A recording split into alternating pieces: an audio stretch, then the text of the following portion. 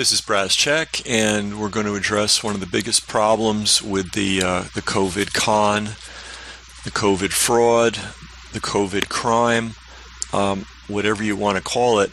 The biggest problem is just the sheer pile of fraud, dishonesty, deliberate deception, and then the legions of idiots who repeat it without any independent research.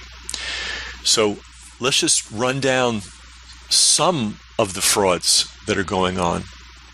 Number one, we've never seen this before. Well, that's not true. It's a coronavirus. We've had coronaviruses before.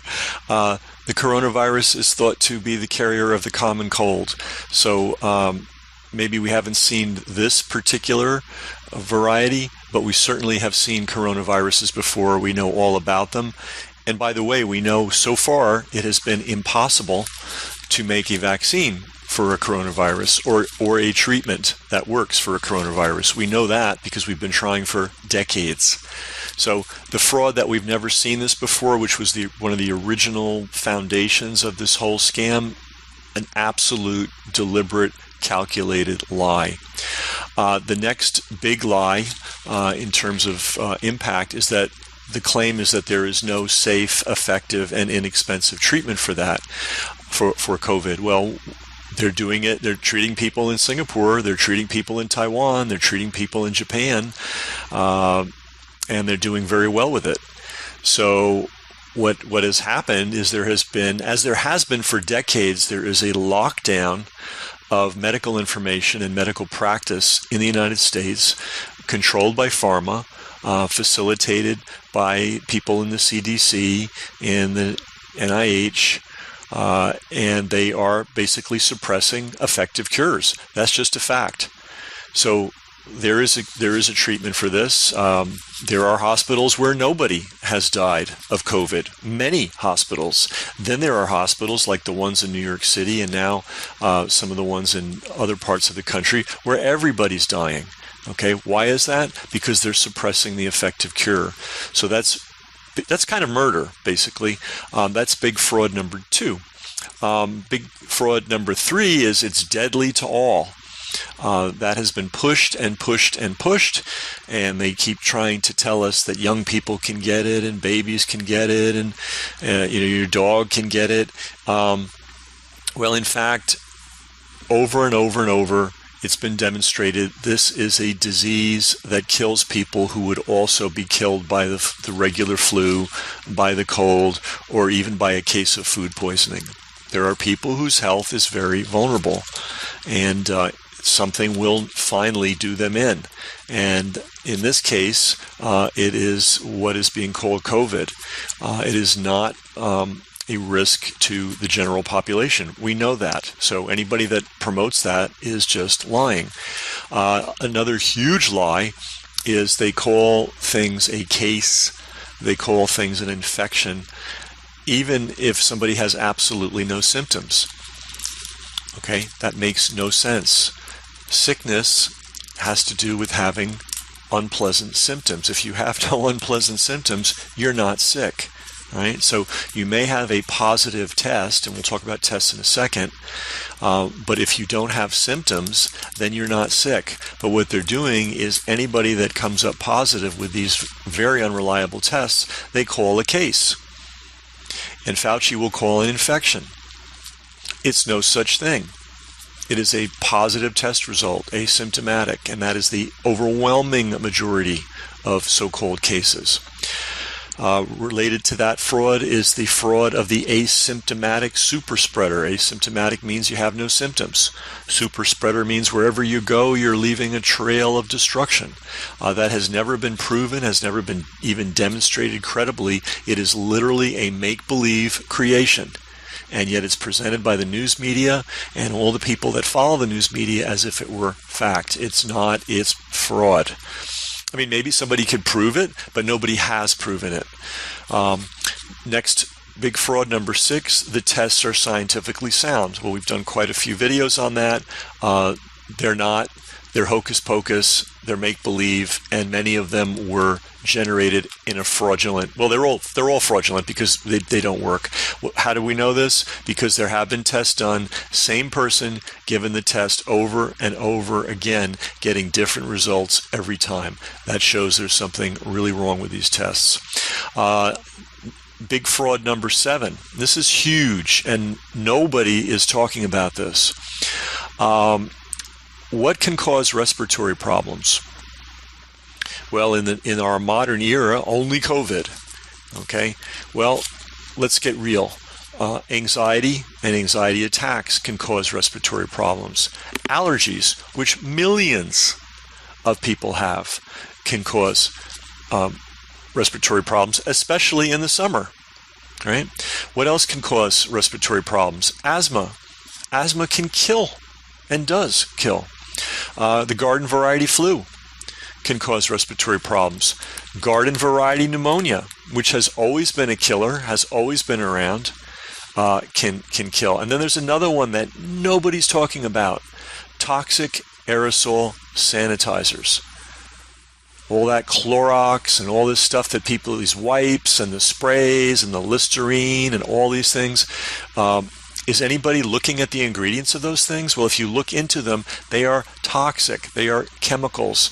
In fact, if you do the research, you'll find out that many, many thousands of emergency room admissions are triggered by the misuse of sanitizing products. That's pre-COVID. So we've got anxiety, allergies, asthma, flu, pneumonia, and toxic aerosols, which everybody's being encouraged to use 24/7. These are all things that can create respiratory distress. What happens when a poor person goes to a dishonest hospital emergency room?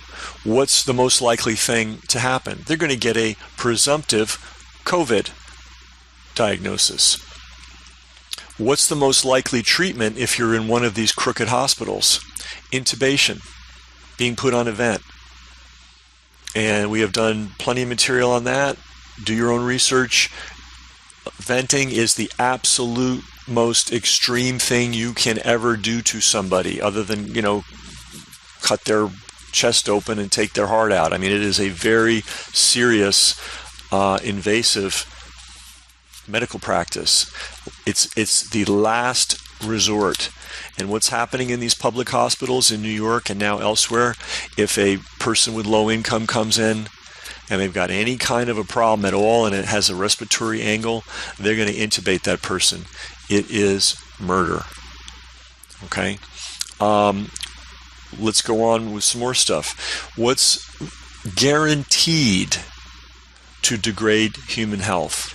Guaranteed. Fear. If somebody's in a constant fear state, that's going to degrade their health. If somebody has serious anxiety, unresolved over their income, over their family, over their health, over their future, that's going to degrade their health. Social isolation, that degrades health. No debate, no question. Mountains and mountains of science establish that. Malnutrition. Now we're going to see that in the extreme in other parts of the world, but we're starting to see many people going hungry here in the United States, and that is going to degrade health. What else degrades health? How about excessive time spent indoors? That degrades health. How about reduced access to medical care? In our local hospital, they're having to run radio ads telling people, look, if you have a medical emergency, please come in. People have been so terrorized by these frauds that they're not even going to the emergency room. That's going to create health problems. And then the final thing, mask wearing. Mask wearing degrades human health. Period. Period. There's no question about it. So we have all these things that are being generated by America's so-called public health officials. And they're degrading people's health. I mean, and the proof of all this is, how many times have you seen a public service announcement on how to correctly wash your hands? Have you ever even seen one? Why not? That would be one of the simplest ways to restrict transmission of this thing. But they spend no time on it at all, but they spend infinite time presenting the latest hysteria. So anyway, it takes a lot to demolish all this fraud because it's piled high and it's piled deep. So on the page below, we put some of the key links that will show you. There's a book we recommend. There's a in-depth interview about Tony Fauci and his various frauds that was recorded long before COVID. We have an interesting video on Fauci and the Ebola fraud. We have an important video on an emergency room nurse who saw exactly how people were being murdered in public hospitals in New York City in just the way I described before. We have a very interesting video on recorded long ago about the fact that this is just fact, the document exists. The Rockefeller Foundation did a scenario. They hired a company called Global Business Network to develop a scenario of a pandemic in which the pandemic was used to shut down the entire economy. We've got a video on that. And then we have a really interesting video on the Chinese connection. No, they did not create a bioweapon. This is a much simpler thing. Basically, China and people like Fauci have been hand in hand for many, many years, cooking up all kinds of frauds, and this is just another example. So lots of material on this page. Share it with your friends, study it, inform yourself. If you have a hunch that there's something wrong, you're absolutely correct. There's something very wrong indeed, and we can do something about it by, 1, educating ourselves, which takes time, 2, educating others, and 3, not going along with it. Not cooperating with it. I mean, obviously, if somebody puts a gun to your head and tells you have to do something, comply. No point going around yelling at people, but you do not have to, comply with insanity, especially health-ruining insanity, which is exactly what's being promoted by America's public health officials.